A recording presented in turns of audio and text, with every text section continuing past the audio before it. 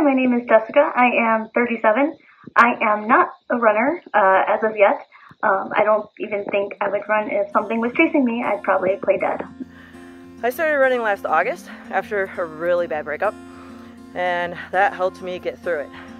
In undergrad, I discovered that going for a run and running around the campus and then coming back helped me focus again. Then I got away from running for a really, really long time and gained some weight, and so I got back into running for a weight loss, and then now I do it for social activity and peer. The spring of 2005, I signed up for the Bishop High Sierra Ultra 20-mile fun run, and so that was my first experience running a long distance.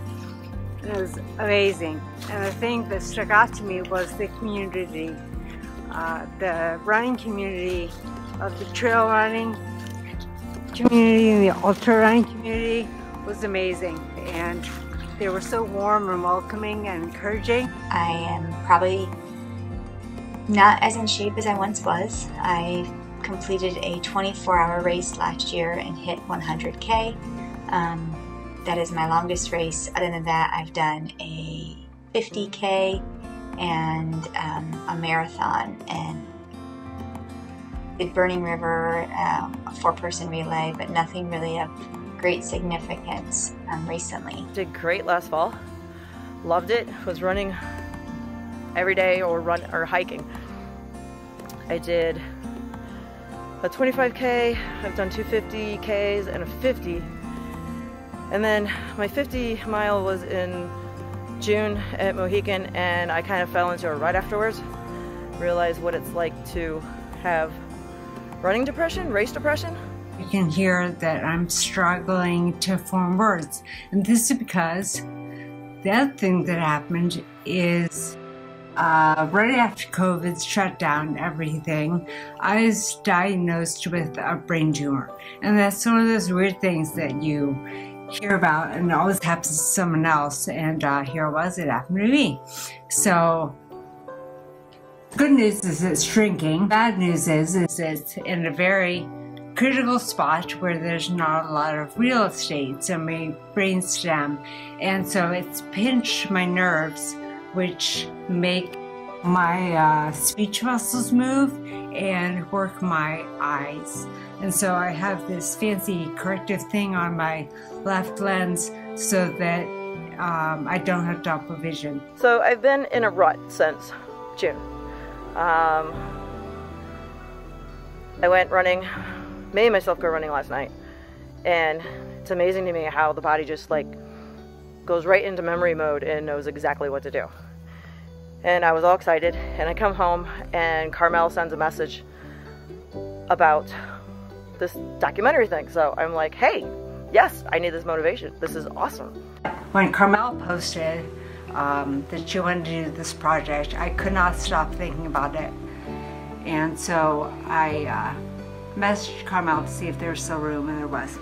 I was kind of hoping she would say there wasn't, but there was, so here I am. And now I feel energized by it.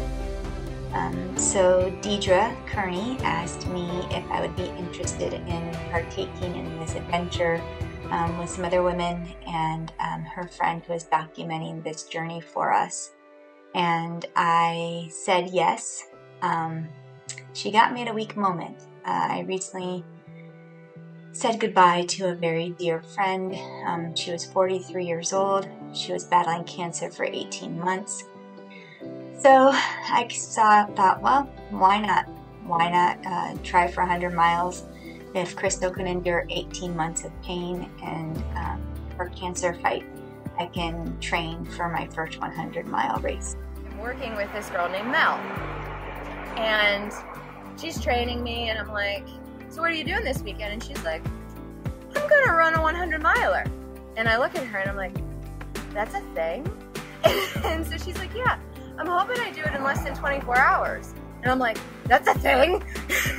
So she started describing this race to me, and she was explaining how it started in Cleveland and you run all the way down to Akron. And I was like, this sounds awesome! This is insane. Why am I doing this? Why not?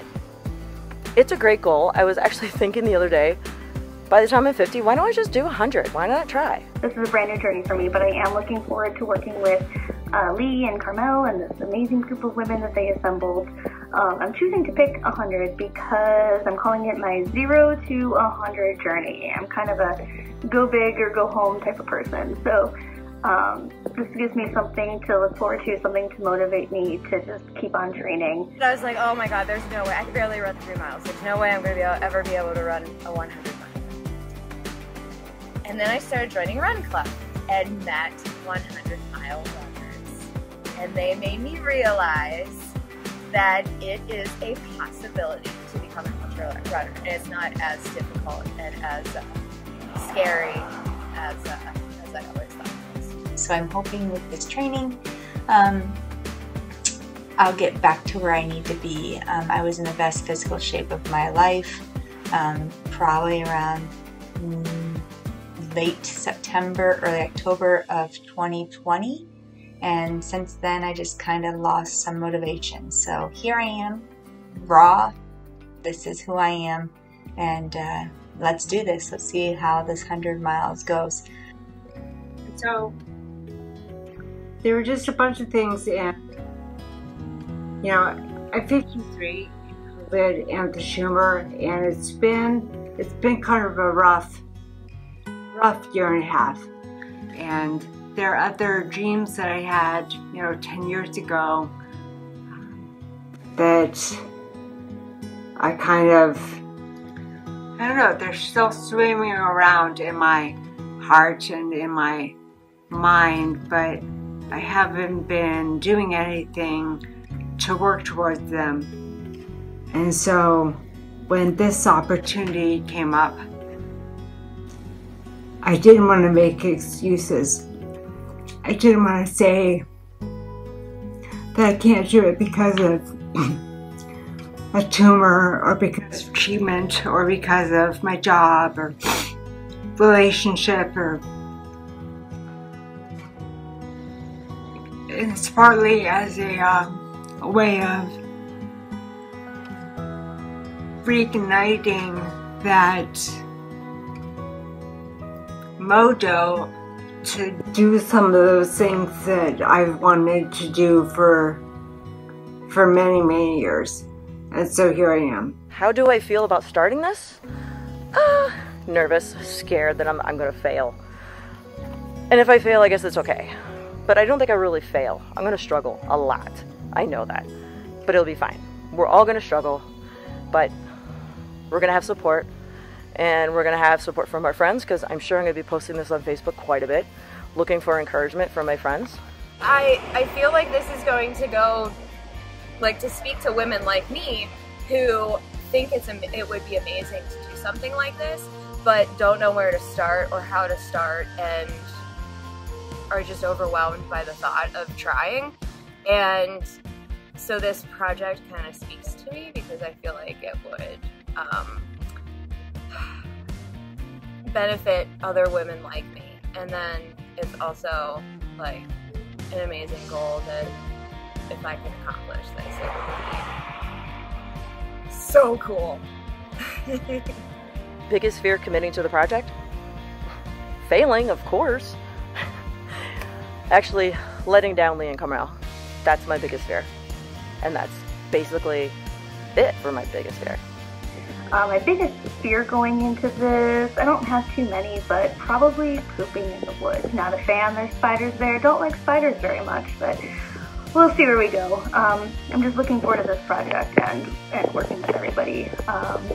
So we'll see where we get in a year from now.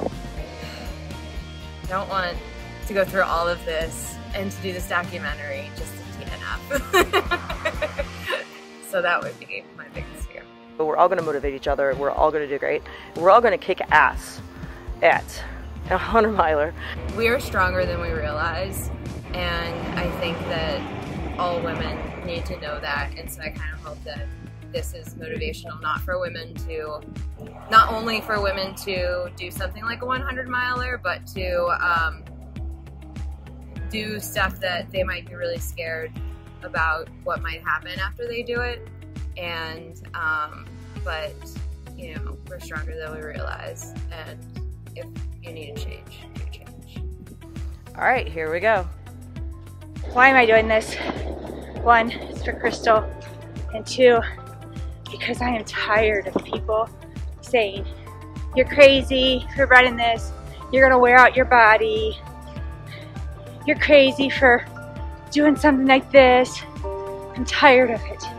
And so I'm giving everybody who says I'm crazy the big middle finger, because I'm not crazy. Because what happens at 43 when you die of cancer and you haven't even used your body yet? So fuck off, everybody. This is for me. It's my body, my choice. I'm doing what I want. God damn it, it feels good. So, peace haters.